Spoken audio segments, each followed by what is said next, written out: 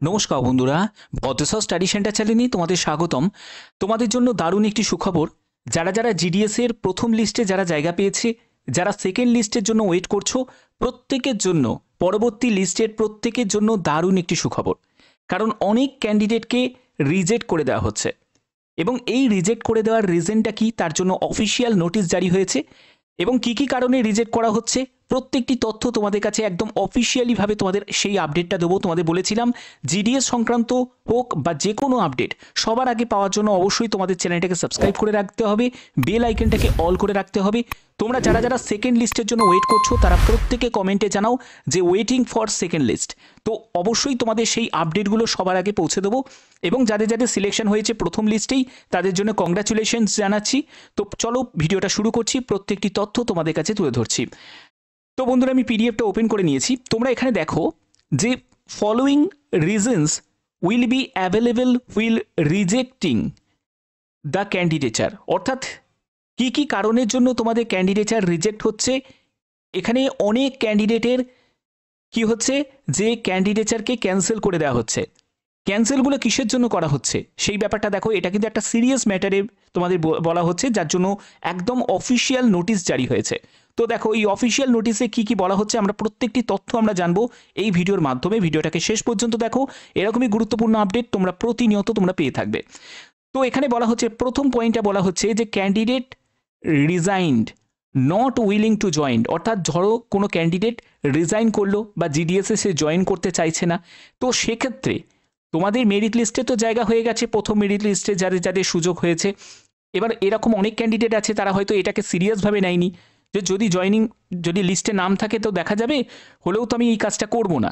তো সেক্ষেত্রে তাদেরকে কি করা হচ্ছে, তারা রিজাইন করে দিচ্ছে, অনেকে জয়েনও করছে না, মানে ডিভিতেও যাবে না। তাহলে সেক্ষেত্রে যারা যারা ডিভিতে যাবে না সেই সব জায়গায় যে ফাঁকা জায়গাটা সেটাকে পূরণ করবে কি, সেকেন্ড লিস্টের ক্যান্ডিডেট, তাদের সুযোগটা থাকবে।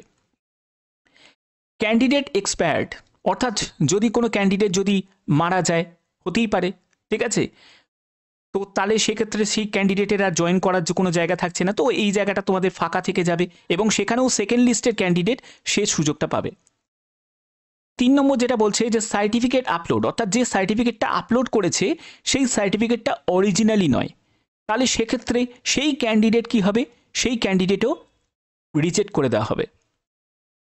4 নম্বর পয়েন্টে বলছে যে original certificate not found genuine on verification based on circle nodal officer. তো তোমাদের আগেই আমি বলেছিলাম যে এঙ্গেজিং অথরিটিকে দিয়ে কি করা হবে, সার্কেল যে নোডাল অফিসার আছে, মানে তুমি ধরো ডাব্লিউবি সার্কেল থেকে তুমি পাশ করেছো, মাধ্যমিক পাশ করেছো, তো তার জন্য অফিসিয়াল পোর্টালে তারা চেক করবে এবং সার্কেল যে নোডাল অফিসারের মাধ্যমে তারা ভেরিফিকেশন করাবে এবং সেখানে যদি জেনুইন না হয় তাহলে সেই সার্টিফিকেটকে রিজেক্ট করে দেওয়া হবে এবং তার ক্যান্ডিডেচারকে বাতিল করে দেওয়া হবে।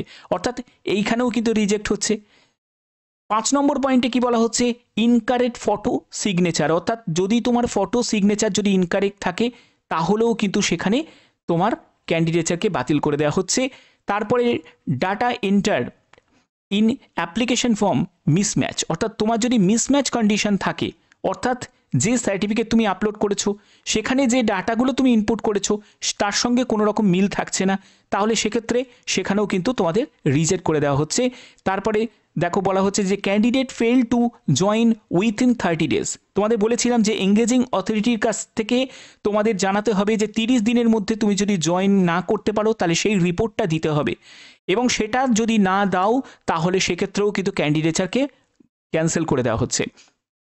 তুমি যদি কাস্ট সার্টিফিকেট যদি প্রডিউস না করতে পারো তোমাকে 15 দিন টাইম দেওয়া হবে, 15 দিনের বেশি যদি হয়ে যায় তাহলেও সেক্ষেত্রে তোমাদের ক্যান্ডিডেচারকে ক্যান্সেল করে দেওয়া হবে।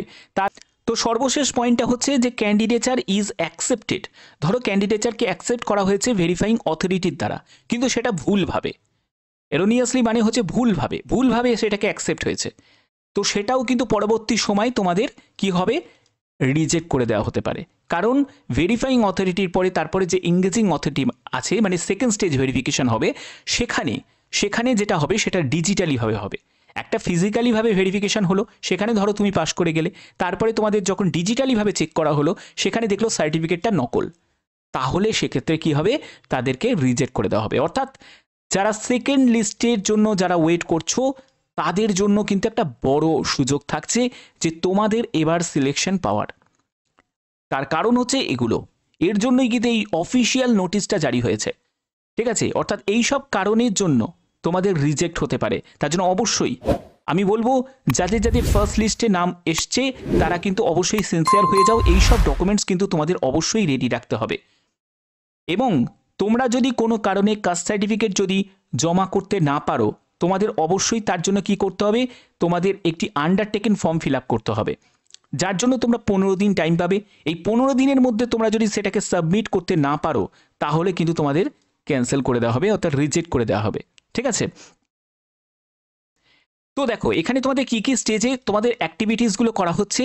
যারা যারা ফার্স্ট লিস্টে আছো তোমাদের প্রথমে হবে প্রি এঙ্গেজমেন্ট হবে।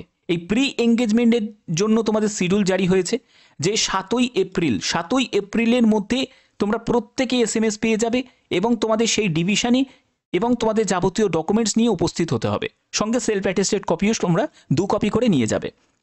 এবার সেখানে তোমাদের প্রথমে হবে হচ্ছে ম্যানুয়ালিভাবে ডকুমেন্টগুলোকে ভেরিফিকেশন করবে, যেটা ডিভিশনাল হেড ভেরিফাইং অথরিটি তারা করবে। যেখানে তুমি আবেদন করেছো, যে ডিভিশনে আবেদন করেছো, দেখতেই পাচ্ছ division where the vacancies is notified, সেখানে কিন্তু এটা ভেরিফাই করা হবে। তারপরে হলো জয়নিং প্রসেস, যেখানে ফিজিক্যাল ভেরিফিকেশন হবে অফ ডকুমেন্টস। ডিভিশনাল হেড তারা ফিজিক্যালিভাবে ভেরিফিকেশন করবে এবং তোমাদের 3 ডেজ একটা বেসিক ট্রেনিং দেবে, যারা সাকসেসফুলি ভেরিফাইড যারা ক্যান্ডিডেট তাদেরকে দেওয়া হবে এবং সেটা এঙ্গেজিং অথরিটি তারা দেবে। পরবর্তী চলে আসছে পোস্ট এঙ্গেজমেন্ট। পোস্ট এঙ্গেজমেন্টের ক্ষেত্রে কি হবে, মাধ্যমিকের মার্কশিট সেটাকে তোমাদের কি করা হবে, যে সার্কেলে থেকে তুমি মাধ্যমিক পাস করেছো, অর্থাৎ ওয়েস্ট বেঙ্গল বোর্ড থেকে না আসাম বোর্ড থেকে না তুমি ত্রিপুরা বোর্ড থেকে, যেখান থেকে তুমি মাধ্যমিক পাস করেছো সেই যে সার্কেলের সেখান থেকে যে API যে সেতু অ্যাপ আছে বা বোর্ডের যে অফিসিয়াল ওয়েবসাইট আছে সেখান থেকে তারা ডিজিটালিভাবে ভেরিফিকেশন করবে। এই ডিজিটাল ভেরিফিকেশন করার পরে যদি কোনো রকম অসন্তোষজনক যদি কোনো ব্যাপার পায়, ধরো আনঅ্যাভেলেবল যদি কোনো ব্যাপার যদি থাকে, যে ওয়েবসাইটে দেখলো সেখানে দেখলো যে এইরকম কোনো রেজিস্ট্রেশন নাম্বারে কোনো মাধ্যমিকের ক্যান্ডিডেটই নেই, তাহলে সেক্ষেত্রে কি হবে, তাদেরকে রিজেক্ট করে দেওয়া হবে। অর্থাৎ এটাই কিন্তু মেন ব্যাপার যে ফার্স্ট লিস্টে অনেক ক্যান্ডিডেট ছাঁটাই হতে চলেছে, একদম কনফার্মভাবে বলছি ফার্স্ট লিস্টে অনেক ক্যান্ডিডেট ছাঁটাই হতে চলেছে। কারণ এই ফার্স্ট লিস্টের মাধ্যমে এরপরে তোমাদের যে লিস্টগুলো প্রকাশিত হবে, সেকেন্ড, থার্ড, ফোর্থ যতগুলো লিস্ট প্রকাশিত হবে এবার কিন্তু সব জেনুইন ক্যান্ডিডেটরা থাকবে, কারণ প্রথম লিস্টেই কিন্তু যারা ফেক ক্যান্ডিডেট তারা বাদ পড়ে যায়। ওকে, এবার তোমরা যদি জিজ্ঞেস করো যে স্যার সেকেন্ড লিস্ট কবে প্রকাশিত হবে, আমি তোমাদের আগেই ক্লিয়ার করে দিয়েছি যে 14 তারিখ অথবা 15 তারিখ, 14 অথবা 15ই এপ্রিল তোমাদের ফার্স্ট লিস্ট তোমাদের জারি হয়ে গেছে এবং সেকেন্ড লিস্ট তোমাদের 14-15 তারিখে সেকেন্ড লিস্ট তোমাদের জারি হবে। ওকে, দেখো তোমাদের প্রত্যেকে কিন্তু সিনসিয়ার থাকতে হবে। প্রথমেই বলছি অনেক ছাঁটাই হচ্ছে ক্যান্ডিডেট, তো সেক্ষেত্রে তোমাদের কি কি করণীয় আছে, যাদের যাদের ফার্স্ট লিস্টে নাম আছে তারা সব জেনুইন যারা ক্যান্ডিডেট তারা অবশ্যই তোমাদের যা যা ডকুমেন্টসগুলো রিকোয়ার্ড আছে, আমি ডকুমেন্টস নিয়ে অলরেডি বলে দিয়েছি অনেক ভিডিওতে, তো সেই সব ডকুমেন্টসগুলো তোমরা অবশ্যই তোমরা রেডি রাখবে এবং সেগুলোর 2 কপি করে সেলফ অ্যাটেস্টেড কপিও কিন্তু সঙ্গে রেখে দেবে। এবার যাদের ফার্স্ট লিস্টে নাম নেই, যারা সেকেন্ড লিস্টের জন্য ওয়েট করছো, তারাও তোমরা ডকুমেন্টসগুলোকে রেডি রাখো। মানে ফার্স্ট লিস্ট থেকে সেকেন্ড লিস্টের মধ্যে আমি তোমাদের বলেইছিলাম 1 থেকে 2% মতো তোমরা হেরফের দেখতে পাবে, ঠিক আছে, কাট অফ ডাউন তোমরা দেখতে পাবে। অর্থাৎ সেকেন্ড লিস্টের জন্য যারা ওয়েট করছো তারা হতাশ হওয়ার কিছু নেই, কারণ এখনো পর্যন্ত অনেকগুলো লিস্ট তোমাদের জারি হবে, ঠিক আছে। সেখানে আমি বলছি যারা ফেক ক্যান্ডিডেট তারা আগেই যখন ছাঁটাই হয়ে যাবে ফার্স্ট লিস্ট থেকে, তাহলে সেকেন্ড লিস্টে যারা ক্যান্ডিডেট যারা সুযোগ পাবে তারা একমাত্র জেনুইন যারা ক্যান্ডিডেট তারাই সুযোগ পাবে, ঠিক আছে। অর্থাৎ এখানে রিয়েল ক্যান্ডিডেট যারা তারাই সুযোগ পাবে, রিয়েল যাদের মার্কশিট আছে, রিয়েল যাদের সার্টিফিকেট আছে তারাই সুযোগ পাবে। অর্থাৎ এখানে তোমাদের বড় একটা অপরচুনিটি যে সেকেন্ড লিস্টের জন্য যারা ওয়েট করছো তাদের জন্য একটা বড় সুযোগ থাকছে।